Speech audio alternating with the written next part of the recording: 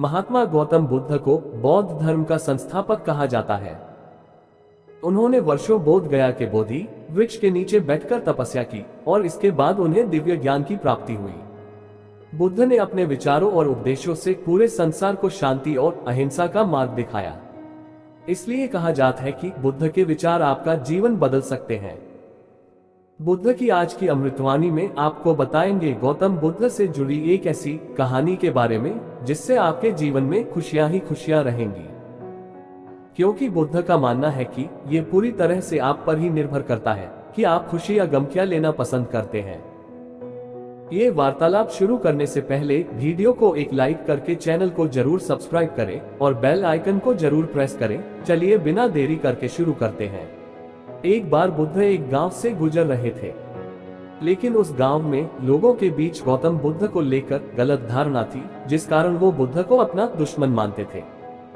जब उस गांव में बुद्ध आए तो गांव वाले उन्हें बहुत भला बुरा कहने लगे और बदुआएं देने लगे, लेकिन इसके बावजूद भी बुद्ध गांव वालों की बात शांति से और मुस्कुराकर चुपचाप सुनते रहे।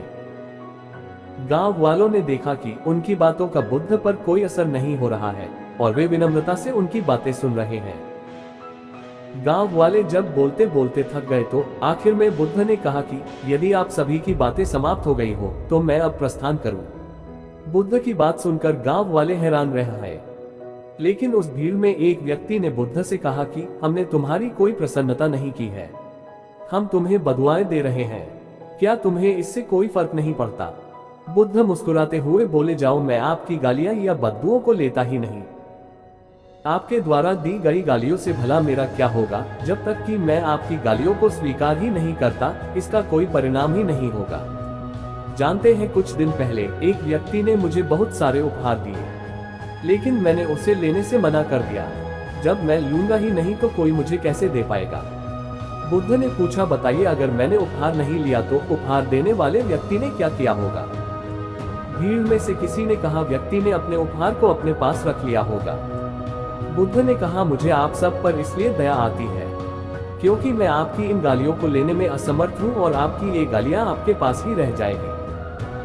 भगवान गौतम बुद्ध के जीवन से जुड़ी इस कहानी से ये सीख मिलती है कि हम अक्सर अपने दुखों का कारण दूसरों को समझते हैं, लेकिन असल में ये हम पर ही निर्भर करता है कि हम वास्तव में क्या लेना चाहते हैं, खुशी या गम, उदासी या मुस्कान। यकीन मानिए, ये छोटी सी कहानी जीवन में एक बड़ा बदलाव ला सकती है।